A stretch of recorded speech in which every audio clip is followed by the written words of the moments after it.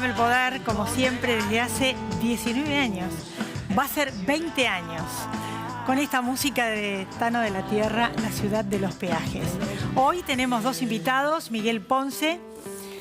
Miguel es especialista en comercio exterior, es coordinador de la Comisión de Economía también de la Unión Cívica Radical y director del Centro de Estudios para el Comercio Exterior Siglo XXI. Y Martín Grandés, que es economista y que es un científico, investigador de CONICET, es codirector del Observatorio de Innovación Social de la Universidad de Buenos Aires, Ciencias Económicas. Con ellos vamos a hablar, por un lado, del censo, porque hizo investigaciones muy interesantes, Martín, con respecto a los homeless, a la gente que vive en la calle, y a temas que tienen que ver, antes había hecho investigaciones de la corrupción y la política. Cuantificaron, ¿se acuerdan? Y a la luz de todo lo que estamos viviendo, la indignante destitución de una fiscal que investigó la corrupción, la fiscal Goyeneche, en Entre Ríos, por la cual se comprobó la corrupción del ex gobernador Uribarri, y ella fue destituida. Un país donde está todo patas para arriba, donde, como decía el tango Cambalache, ¿no? Realmente me parece interesante ver cómo se siente y las conclusiones de esos informes que hizo hace unos años. Miguel Ponce es especialista en comercio exterior y en estos tiempos donde la guerra y donde toda la excusa es por la guerra, la inflación y todo, cuando en realidad no lo es, aunque sí está afectando, vamos a hablar con Miguel Ponce, que es ingeniero especialista en todos estos temas de comercio exterior y de economía y política, porque es de la Unión Cívica Radical. Yo les quiero hacer un breve comentario. En realidad, después de tantos años, casi 20, estoy como están todos, y sobre todo viendo la película, como muchas veces lo hago desde el interior, en los pueblos del sudeste de la provincia de Buenos Aires, una película donde vemos el hastío de la gente. Y yo también estoy hastiada. Son tantos años, antes estuve también en otras cadenas, hablando de política y economía y de actualidad en general, donde me llegó lo mismo. No tengo muchas ganas de seguir hablando de lo mismo. Tengo un segmento que se llama La Calecita, que está desde hace 20 años, que es una calecita que gira, donde les muestro los títulos de los diarios, ¿se acuerdan? El que ve este programa hace mucho tiempo lo sabe. No lo puedo creer. Eran los diarios en los que creí de chiquita y los títulos siguen siendo los mismos. Y hasta hoy. Con lo cual, ya estoy hasta acá, como está la mayoría de la gente, y gracias a Dios tengo plata para comer y para salir adelante y vivir el día a día, porque muchísima de la gente que conozco y me rodea no le alcanza ni aún trabajando el sueldo para vivir. El sueldo va a ser de 4.240 pesos a partir de junio, el sueldo de este país mínimo. Es todo absolutamente kafkiano, ridículo. Los políticos peleándose en todos, y sobre todo, como yo digo genéricamente, las ratas en el campo, se dice, y también en la náutica, son las primeras que se bajan del barco. Hace ya bastante que se empiezan a bajar de la coalición gobernante. Muchas personas, porque se ven venir la noche que va a llegar en las elecciones, porque esto es muy difícil de arreglar. Hasta un contador sencillo de pueblo me explicaba que hasta que no haya cambios sustanciales en las políticas, difícilmente vengan las inversiones, salvo en puntuales sectores que nos va a explicar Miguel Ponce. La gente la está pasando muy mal, eso es lo único que quiero recordar, mientras que ellos se pelean. En vez de servir al pueblo, piensan en cómo servirse del pueblo. Cambia a todos para que nada cambie, como decía el gatopardismo, la moneda. Los chicos dicen que son papeles de Monopoly. Los chicos que en general no ven televisión, este programa no lo ve nadie de menos de 40 años. O sea, yo ya la tengo clara. Ven redes. Así que cambia la moneda, cambia los funcionarios, hablan de cambiar, pero la realidad, que lo que hay que cambiar son políticas de Estado, de reformas profundas, porque así como vamos, lo muestran los diarios, que se repiten los títulos, vamos en decadencia, tanto en la ética, la moral, la seguridad, lo económico ni hablar, y la gente que está hastiada, desencantada, tanto del oficialismo como de la oposición, esperando que alguien alguna vez, porque vamos de mal en peor, nos lleve por un camino de crecimiento. Después de la pausa, los invitados.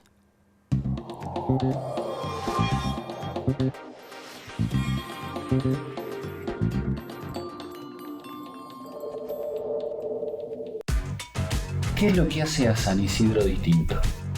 ¿Será que vivimos haciendo obras que nos hacen vivir mejor, como la nueva senda del hipódromo? ¿Será porque seguimos haciendo megaconstrucciones? Sí, porque seguir mirando hacia adelante hace todo distinto.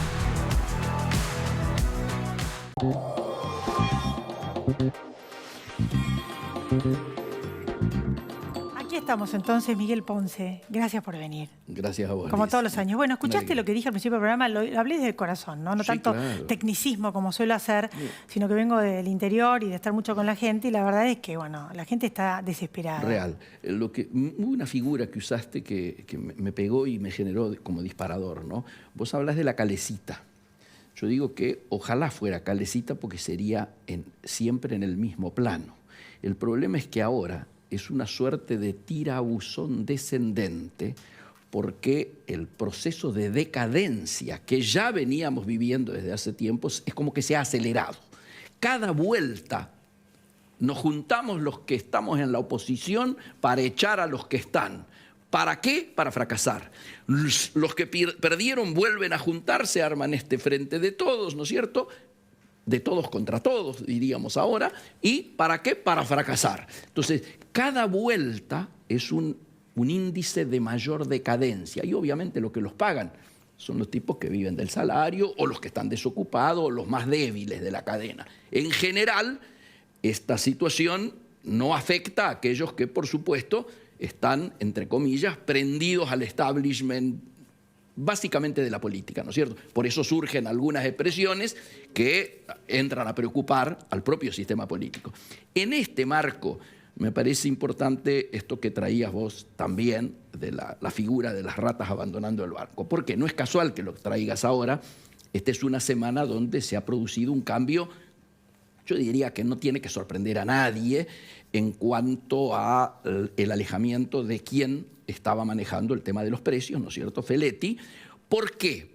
Esto no tiene que ser mirado como un hecho aislado, sino que tiene que ser mirado como el segundo acto de una obra que podríamos titular Despegarse. La expresidenta visualizó en su momento que toda esta temática del endeudamiento, del acuerdo con el fondo, etcétera, generaba reacción en aquellos sectores que ya venían mirando mal la cosa económica. Entonces, el primer acto, ¿cuál fue?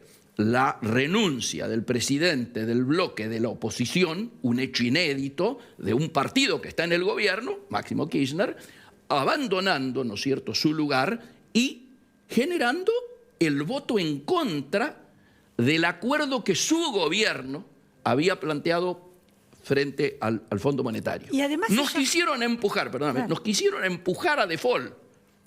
¿Quiénes? Se unieron por un lado los libertarios, algunos dentro de la oposición, como Mauricio y hasta Patricia, no querían votar esto, y por otro lado, el Patria, el kirchnerismo.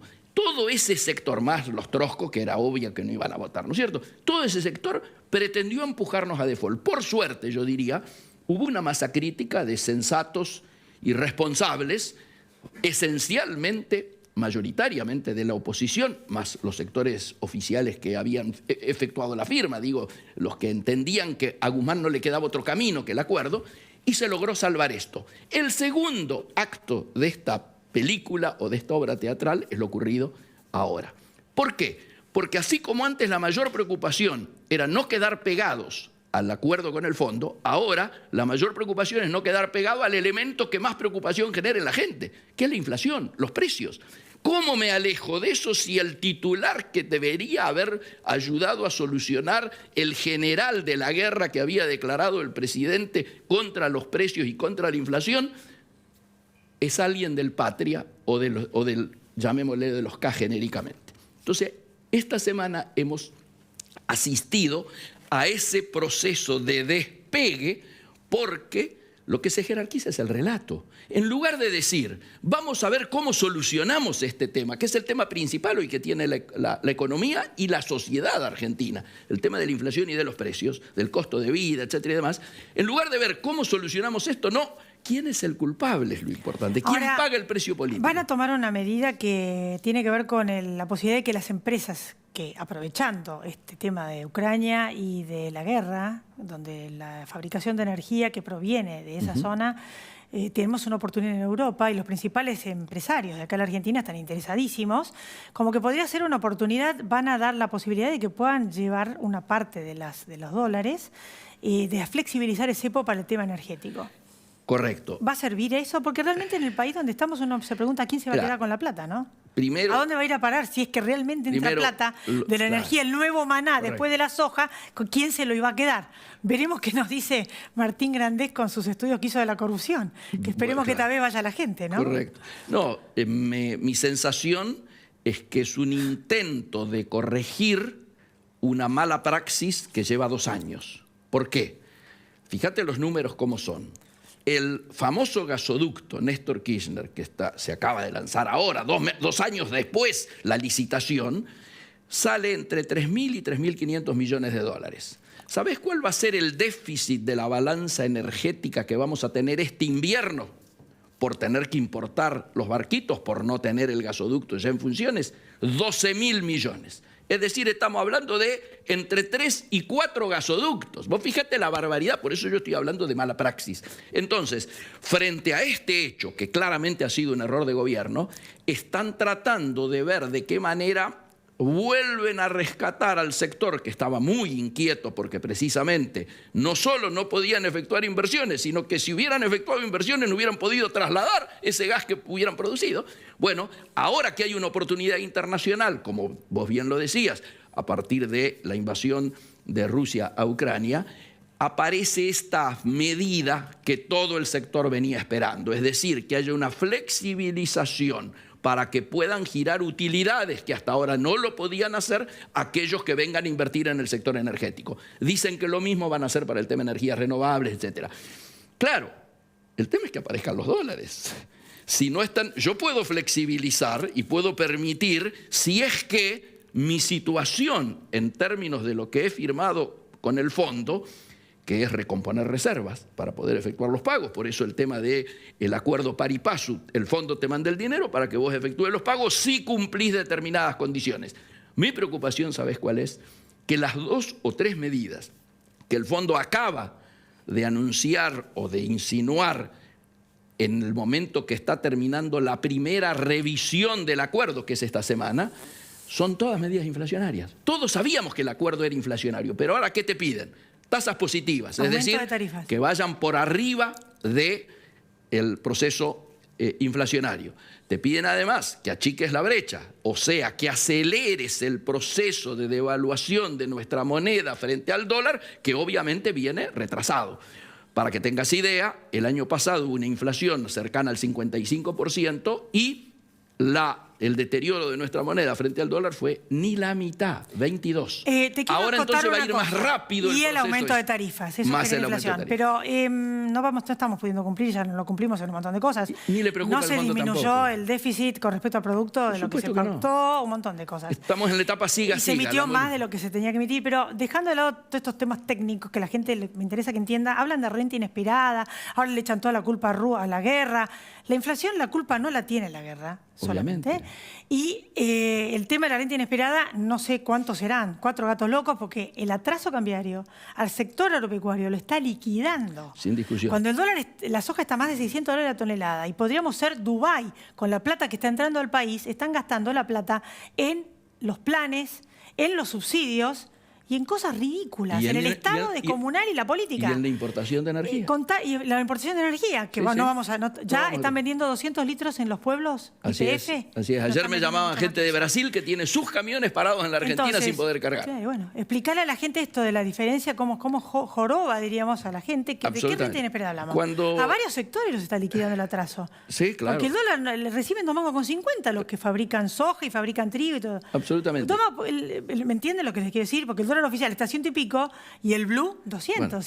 ¿Y quién se queda con la diferencia? Obviamente el Estado intenta recomponer reservas a partir precisamente de esta diferencia entre lo que le da al productor por las retenciones y lo que se trabaja en eso que se llama el MUL, que es el Mercado Único Libre de Cambio, que es el dólar oficial. Ahora, digámoslo con todas las letras, acá cuando se habla de renta inesperada, se está pensando en valor récord, ¿no es cierto?, de la soja y del resto de los granos. Ahora dicen del trigo. Pero la diferencia de esto que les estoy diciendo. Justamente, no solo Ucrania es uno de los países que mayor cantidad de trigo exportaba, ¿no es cierto?, proveedores de trigo, sino que además entre Rusia y Ucrania, son los países que más fertilizantes exportan. Y ese valor de los fertilizantes es lo que ha encarecido el tema acá. Además de que mucha de la inflación internacional también la paga el campo. Porque si vos tenés que pagar más flete porque tenés la crisis de los contenedores y porque además estamos ubicados donde estamos ubicados, por lo tanto, todo el alza de fletes internacionales te afecta también al exportador. Todo esto es como si no fuese tenido en cuenta. Me parece que por eso claramente el sector de la producción sabe que no va a haber modificación de retenciones, no solo porque el ministro lo ha dicho, aunque el presidente haya dicho lo contrario 2 horas antes, sino porque no lo pueden sacar por el Congreso. Van a hacer un intento de tratar de sacarlo por un DNU. Yo creo que eso no pasa. Bueno, es que realmente aumentó para el sector del campo el 50% de los fertilizantes en dólares. No sé. Cuando lo que cobran... Fíjate lo que aumentó el dólar oficial, 20-30% en un año. 22 en un año. Los Correcto. impuestos aumentaron un 50%. Tanto el ARBA, tanto el caminos, todos los impuestos de todo el mundo. Pero la renta es del dólar oficial, que fue una miseria lo que aumentó. Por supuesto. ¿Todo para qué? Como ancla de inflación y se la queda el gobierno como decía. Te agrego... Se me terminó el tiempo, pero era lo que yo quería que para otro programa lo volvés a explicar todo lo que sigue. Por favor. Yo te agradezco muchísimo, Miguel. Gracias, Liz. Una alegría estar aquí. Después de la pausa vamos a hablar con Martín Grandés del Censo, su opinión sobre el tema de corrupción y política y de su interesantísima investigación con respecto a los homeless, la gente que vive en la calle, que cada día es más.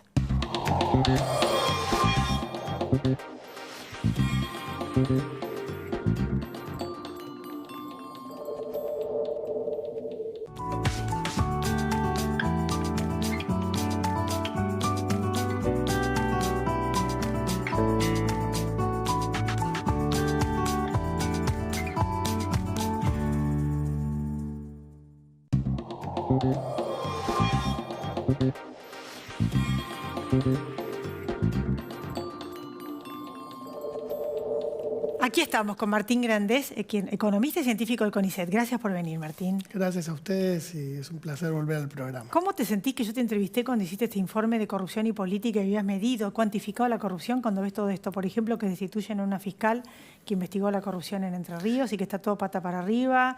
Muchos de los que estuvieron condenados terminaron con prisión en la casa, otros como si no hubiera pasado nada.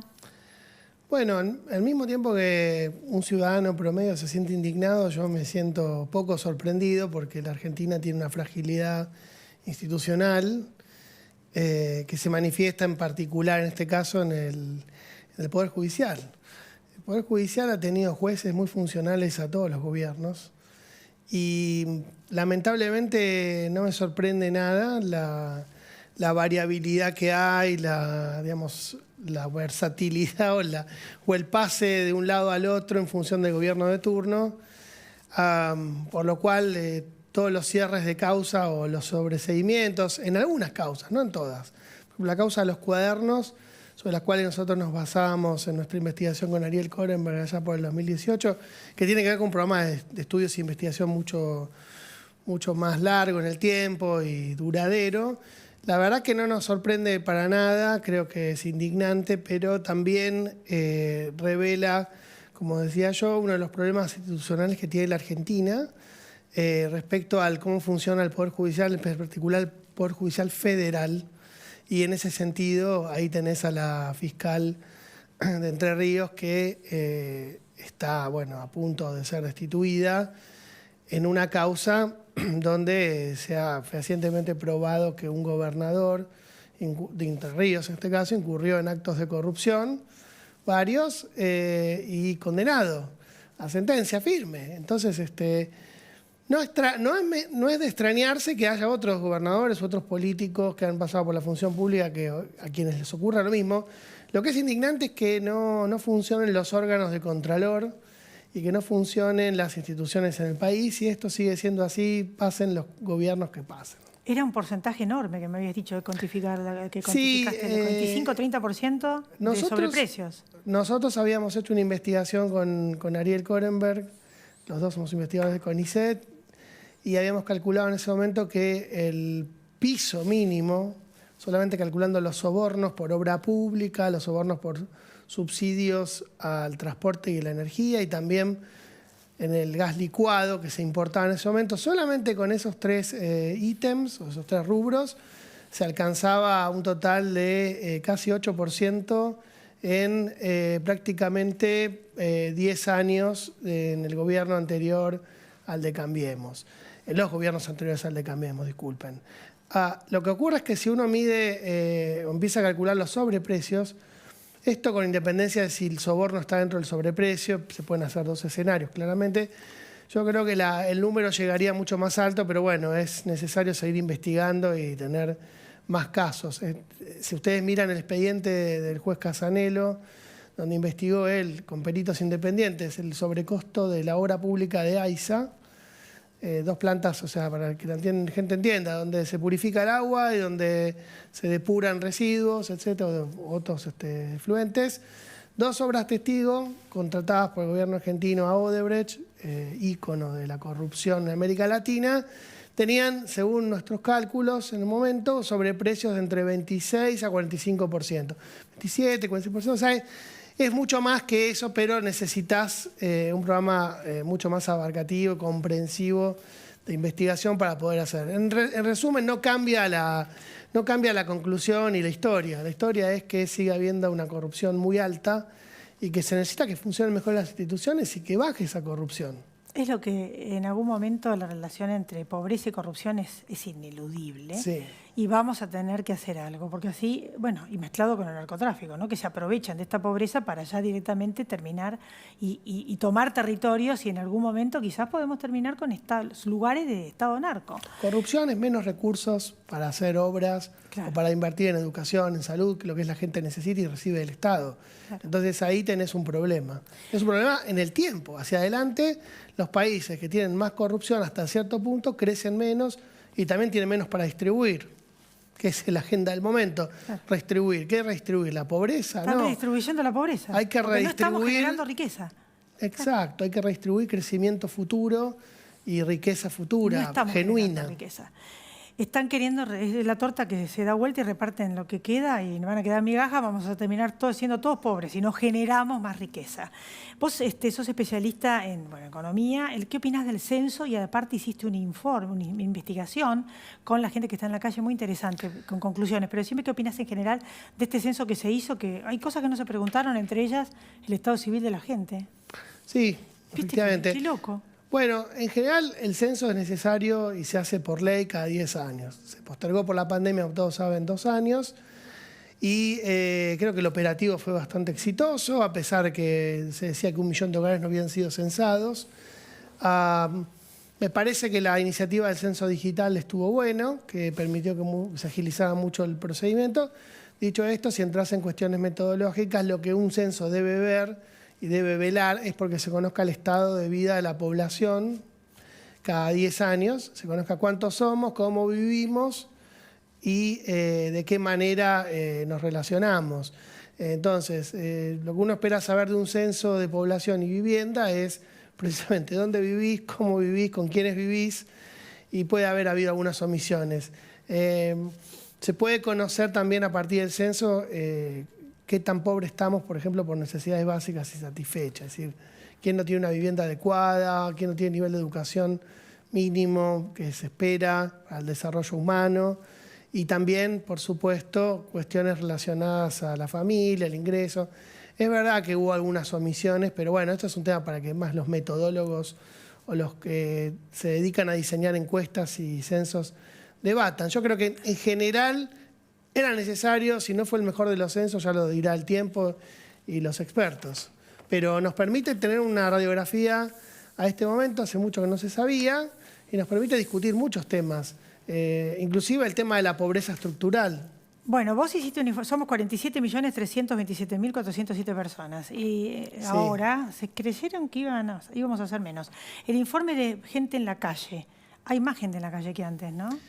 ¿Y qué descubriste? Que el 74% son varones, la mitad tiene problemas físicos, casi 2/3 de depresión o problemas psicológicos. Primero quiero aclarar que lo nuestro no es un censo, es un estudio de campo en la ciudad de Buenos Aires, que es uno de los aglomerados del país donde se mide empleo, desempleo, pobreza, y sobre un núcleo de la pobreza que es un núcleo de pobreza extrema, es decir, un ingreso unas personas que tienen ingresos de indigencia, condiciones de vida deplorables, muy, muy elementales, pero que no se sabe cuántos son en realidad.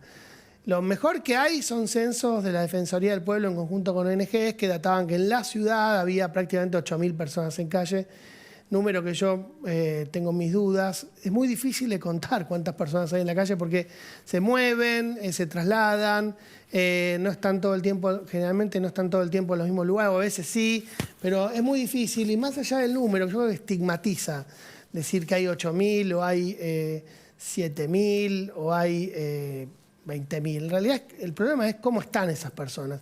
Y dos de las cuestiones que nosotros investigamos y creo que son las conclusiones más contundentes y que complementan otros informes y también censos, es que en esta muestra aleatoria nos interesó ver el estado de salud de esa población y qué hacía la política pública o qué hace en estos años, incluso de pandemia, que investigamos, por esas personas. Las conclusiones más relevantes es que más de la mitad no sabe cuál es su estado de salud, y que además más del 70% están mostrando síntomas de angustia, depresión, de aislamiento, de no contención. Y por otro lado, cuando uno piensa dónde duermen estas personas, el 70% de ellas prefiere seguir durmiendo en la calle y otro 15% duerme en lugares de prestado o alquilar transitorio de... ¿Por qué no quieren ir a los refugios? No quieren ir a los refugios, nos manifiestan en las encuestas de campo, aleatorias, al encontrarnos en la calle, no decirles, hola, te vamos a censar. No, te encontramos y te preguntamos ahí. Entonces es mucho más genuino y la respuesta es mucho más directa. Aparte hubo estudiantes involucrados. Quiero agradecerle a todos los estudiantes de la UBA, de Trabajo Social, Psicología y Económicas que nos acompañaron. Pero la conclusión es que 85% de ellos no quieren ir a los paradores argumentando razones de violencias de distinto tipo y robos adentro de los paradores. ¿En la ciudad de Buenos Aires? En la ciudad de Buenos Aires. Es terrible, porque aparte uno piensa cualquiera puede terminar así, ¿no? Y más en este contexto de debacle económica. Porque y para concluir, las razones centrales por las cuales una persona está en la calle, un poco menos de la mitad argumentan pérdida de empleo o de vivienda y problemas familiares. Claro. Entonces, con ello te das cuenta quiénes están en la ¿Y calle. adicciones? Cualquiera puede estar. Adicciones también. Pero las adicciones es un problema más complejo a tratar. Yo creo que también los que no están en la calle. Martín, te voy a volver a invitar. Y la semana que viene Ariel Korenberg. Ah, bueno, un socio y amigo, coautor. Yo te agradezco mucho y muy interesante el informe. Seguí haciendo esas investigaciones que son por el bien de la comunidad. Muchas gracias al canal y muchas gracias a tu programa por invitarnos. A todos ustedes también, gracias por haber estado ahí. Nos volvemos a encontrar la semana que viene, aquí en Dame el Poder, como desde hace 19 años, casi 20, en un programa independiente. Estamos en YouTube, estamos en Instagram y en Twitter. Chau, pásenla bien.